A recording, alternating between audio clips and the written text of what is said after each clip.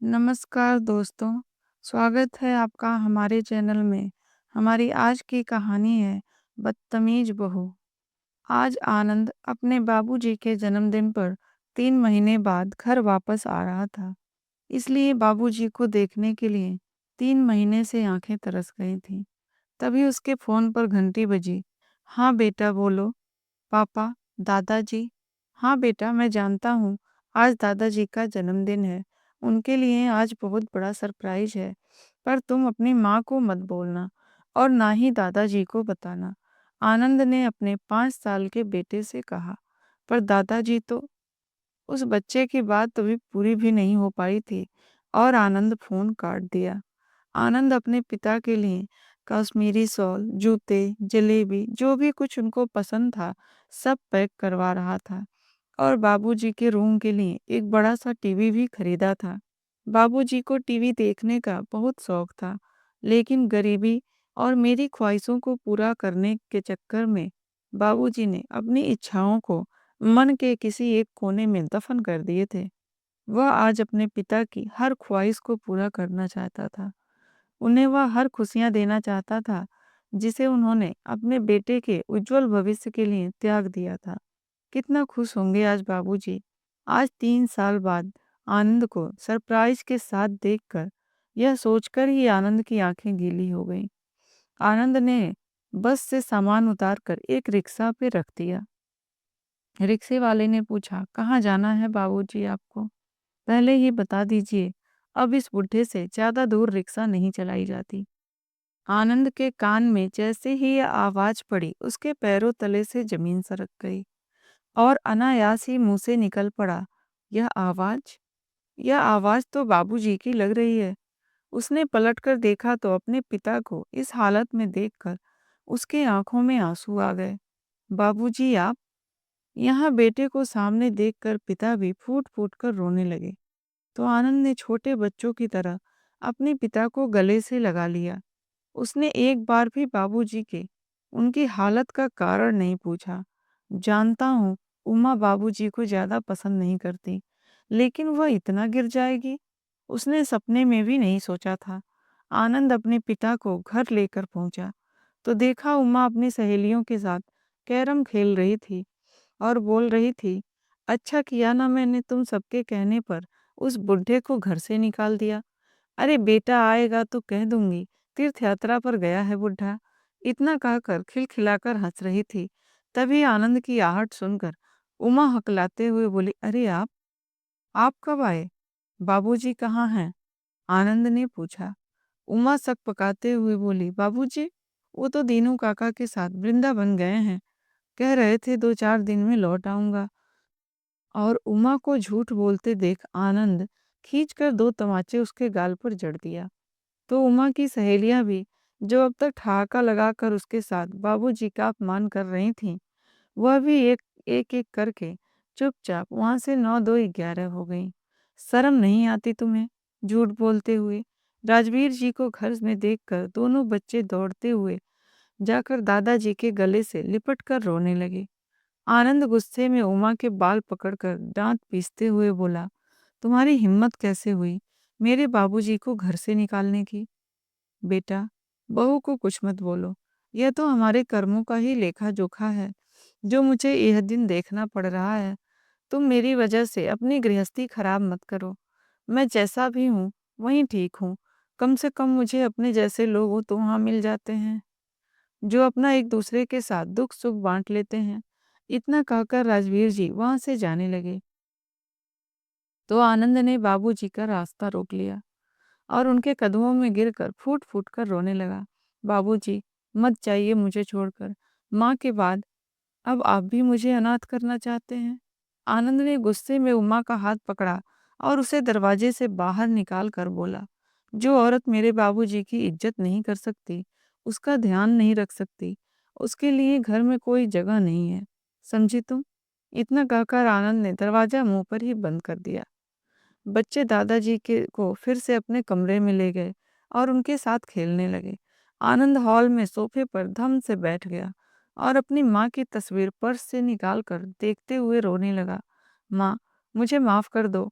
मेरे होते हुए बाबूजी की ऐसी हालत हो गई।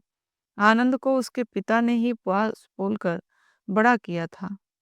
माँ तो जन्म देते ही दुनिया से चल बसी थी। राजवीर जी ने कभी भी आनंद को माँ की कमी महसूस नहीं होने दी। बचपन में उनको नहलाने धुलाने से लेकर जवानी तक किसी भी पढ़ाई लिखाई और कामयाबी की हर सीढ़ी चढ़ने में उसका कदम कदम पर साथ दिया। एक बार राजवीर जी की बहन बचपन में ही कही थी कि भैया मुझे आनंद को दे दो, मैं इसका ख्याल रखूंगी, आप माँ की कमी पूरी नहीं कर पाएंगे। या फिर एक आया लगा लीजिए जो आनंद का ध्यान रखे। लेकिन राजवीर जी ने ना अपने बेटे को बहन को दिया और ना ही आया को रखा।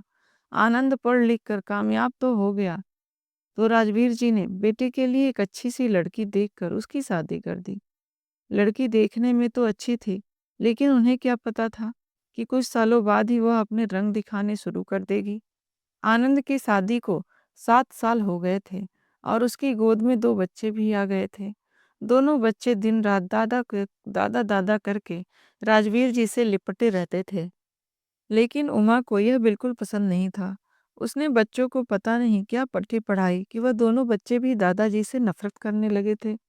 अभी कल की ही तो बात है, सुनते हुए आनंद के आंखों से आंसू रुकने का नाम ही नहीं ले रहे थे। अरे बाबूजी, कहाँ मर गए? समझ में नहीं आता है कि जब इन्हें आवाज लगाओ, एक बार में तो कभी सुनते ही नहीं हैं। वैसे तो घर में इधर उधर घूमते ही रहते हैं, और घूमे भी क्यों ना। खाने की खुशबू जो इन्हें खींच लाती है, पर जब जरूरत पड़े तो इन्हें ढूंढो तो ना जाने कहाँ लापता हो जाते हैं। पतीले में थोड़े से दूध थी, तो मैंने सोचा काम वाली के साथ इनके लिए भी इसी बर्तन में चाय बना देती हूँ, और अगर यह चाय बर्बाद हुई तो मुझसे बुरा उनके लिए कोई नहीं होगा। फिर मांगते रहेंगे चाय, मैं तो देने वाली नहीं। बाबूजी कहाँ चले गए? चाय ठंडी हो रही है, पीना है तो पी लीजिए, मुझे और भी काम है। उमा अपने ससुर राजवीर को आवाज लगाती है। शनिवार का दिन था, बच्चों के स्कूल में छुट्टी थी, बच्चे टीवी देख रहे थे। तभी राजवीर जी अपने पोता पोती के कमरे में आकर बोले, बेटा तुम लोग यहाँ क्या कर रहे हो? चलो मेरे साथ, बगीचे में देखो कितनी अच्छी हवा चल रही है और कितने नए नए फूल खिले हैं। उन फूलों से मैं तुम्हें बताता हूँ। बच्चों बच्चे गुस्से में बोले, दादाजी हमें नहीं जाना आपके साथ बगीचे में, और आपको कितनी बार कहा है जब हम खेल रहे हैं तो आप हमें डिस्टर्ब मत किया करो। आप जाकर अपने कमरे में क्यों नहीं बैठते हैं? हर वक्त आप हमें परेशान करते रहते हैं।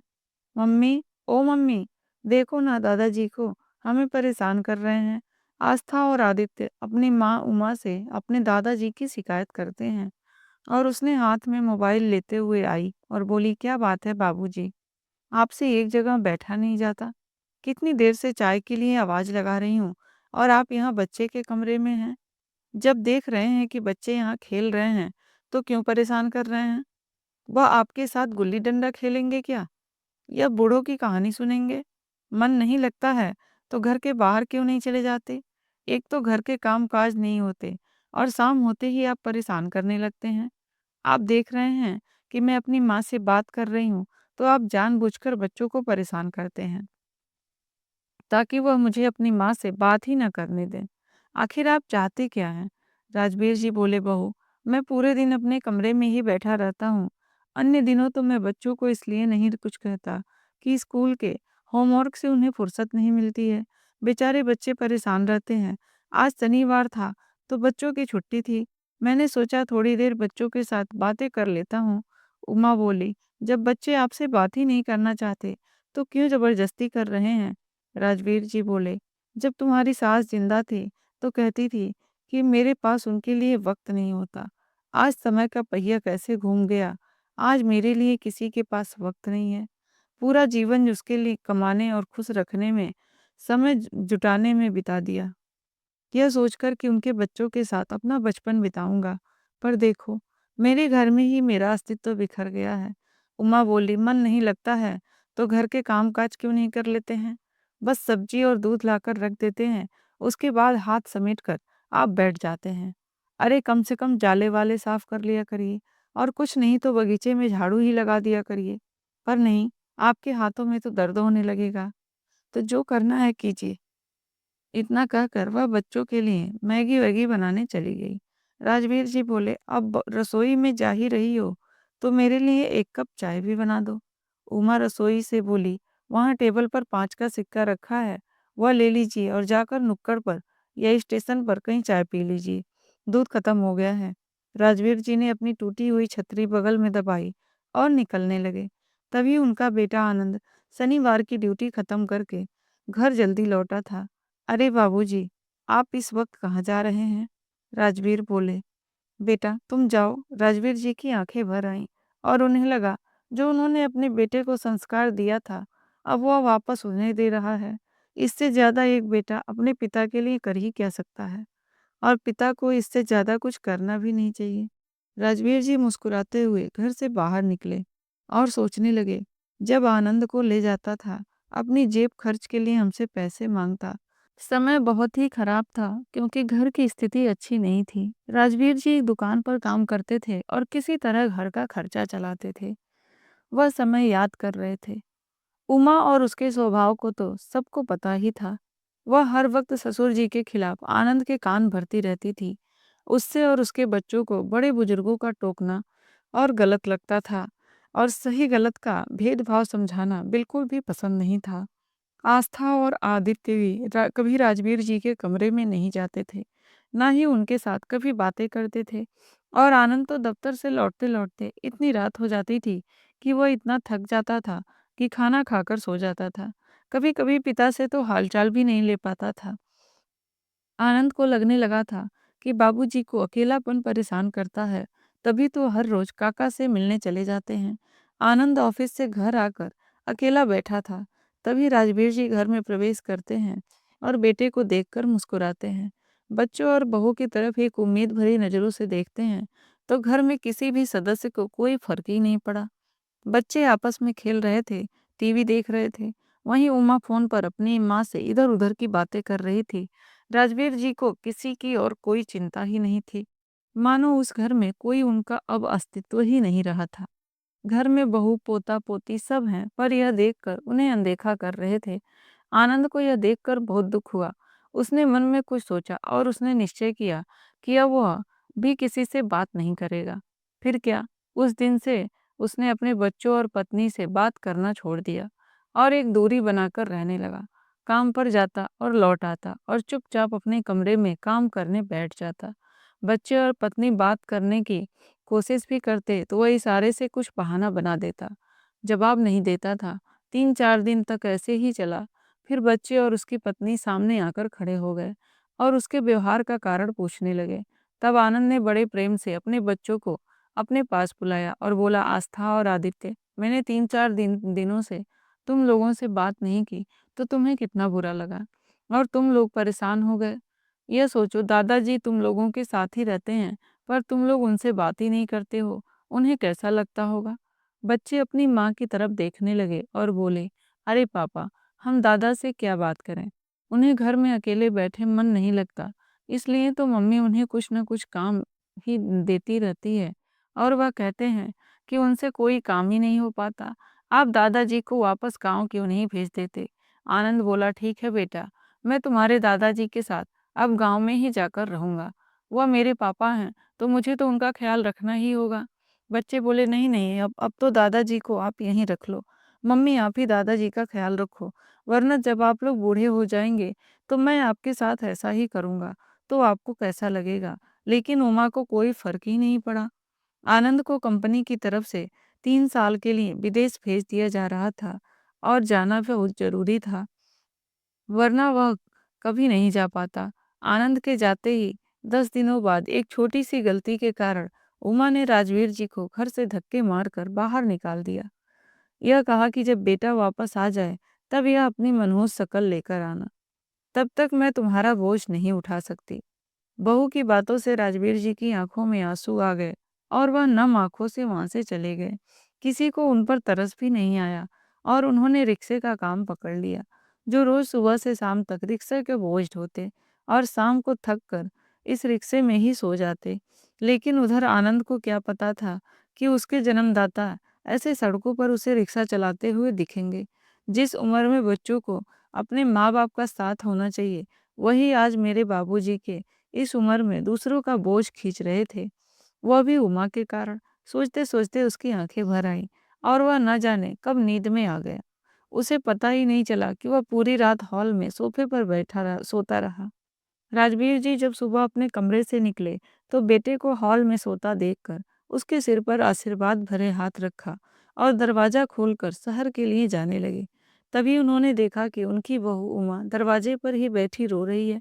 शायद पूरी रात वह दरवाजे पर ही बैठी रही। राजवीर जी को देखते ही उमा उनके पैरों में गिड़गिड़ाते हुए बोली, बाबूजी मुझे माफ कर दीजिए, जो मैंने आपको पिता समान ससुर का इतना बड़ा अपमान किया। भगवान मुझे नरक में भी जगह नहीं देंगे। आप तो जानते हैं मेरे भैया भाभी विदेश में रहते हैं और बाबू माँ और बाबूजी कब का मेरा साथ छोड़कर जा चुके हैं, तो मैं कहाँ जाऊंगी। राजवीर जी को अपनी बहू पर तरस आया और उन्होंने उसे माफ किया और अंदर जाने को कहा। लेकिन आनंद गुस्से में बोला, नहीं बाबूजी, आप इसे माफ नहीं करेंगे, नहीं तो फिर यह दोबारा से वही व्यवहार करेगी, यह कभी नहीं सुधरेगी। इतना कहकर आनंद उमा को घर से बाहर निकालने लगा। तभी राजवीर जी ने बेटे के गाल पर एक थप्पड़ जड़ दिया और बोले, अभी इस घर में मैं बड़ा हूँ, इस घर में फैसले लेने का हक मेरा भी है। तुम कौन होते हो मेरे फैसले के बीच में बोलने वाले। पिता के एक थप्पड़ से आनंद चुपचाप खड़ा हो गया और बोला, बाबूजी, आप इसने जो आपके साथ इतना गलत किया, इसे कैसे आप माफ कर सकते हैं। राजवीर जी भी उमा को माफ नहीं करना चाहते थे, लेकिन वह अपने जीते जी अपने बेटे की गृहस्थी भी उजड़ते हुए नहीं देखना चाहते थे। इसलिए दिल पर पत्थर रखकर अपनी बहू को माफ कर दिया और सारे गिलवे शिकवे दूर कर दिए। उमा ने भी आनंद से माफी मांगी और रोते हुए अंदर कमरे में चली गई। राजवीर जी ने अपने बेटे को बैठाकर बहुत समझाया, तो अंदर जाकर आनंद ने बड़े प्यार से उमा का हाथ अपने हाथ में लिया और बोला, उमा सुनो, तुमने हमारे बच्चे, हमारे भविष्य के लिए क्या सोच रखा है। आज तुम्हारे बच्चे इतने छोटे हैं और उनकी इतनी सी बात तुम्हें कितनी बुरी लगी, और तुम एक बार भी बाबूजी को सम्मान तो छोड़ो, प्यार से बात तक नहीं करती हो। सोचो उन्हें कैसा लगता होगा। अपनी माँ से तुम घंटों बातें करती रहती थी, क्या मेरे बाबूजी के लिए तुम्हारे पास बिल्कुल भी समय नहीं था। मेरे बाबूजी मुझे जान से ज़्यादा प्यारे हैं, जैसे तुम्हारे माँ-बाप थे। आ उसके आगे कुछ कहना उचित नहीं समझा, क्योंकि उसकी आँखों में शर्मिंदगी साफ दिख रही थी और सबको अपने बुरे व्यवहार पर खेद था। तो आनंद ने उम्मीद की थी कि शायद अब उसके पिता के साथ अपरिचित जैसा व्यवहार कोई नहीं करेगा। उमा ने दोनों बच्चों को जाकर समझाया, बच्चे, तुम्हारे दादाजी तुम लोगों को बहुत प्यार करते हैं और तुम्हें पता है दादा दादी और नाना नानी के पास कितने ऐसे किस्से कहानियां होते हैं, और जिन सवालों के जवाब तुम्हें किताबों में नहीं मिलेंगे, उनके जवाब भी तुम्हारे दादाजी के पास होते हैं। और कुछ सवाल तो चुटकियों में हल कर देते हैं, तो तुम दोनों को भी उनसे सीखना चाहिए। कुछ देर बाद जब राजवीर जी लौटकर घर आए, तो दोनों बच्चे उनसे चिपक गए और बोले, दादाजी चलो ना हमारे साथ खेलो, आज हमारी छुट्टी है। और उसके बाद रात में आप हमें किसी भी तरह की कहानी सुनाना। पापा कहते हैं आपके पास किस्से कहानियों का खजाना है। आस्था बोली, हाँ दादाजी, आप बहुत अच्छे हैं और आप हमें अच्छी अच्छी बातें सिखाते रहना।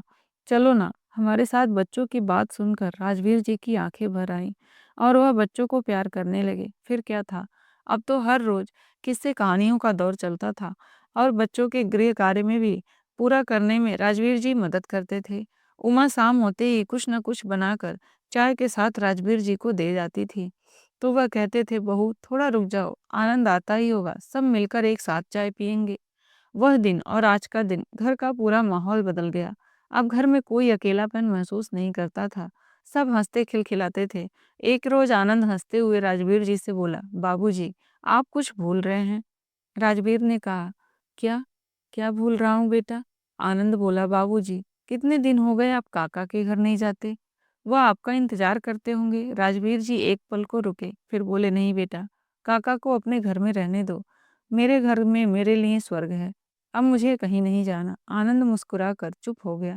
दोस्तों, यह एक राजवीर जी की कहानी नहीं है, बल्कि आधे से ज्यादा घरों में बुजुर्गों की यही हालत है। इसलिए अपने घर के बड़े बुजुर्गों के साथ प्यार और सम्मान से बातें करें और उनका खूब आदर करें। दोस्तों, उम्मीद करती हूँ आपको हमारी कहानी पसंद आई होगी।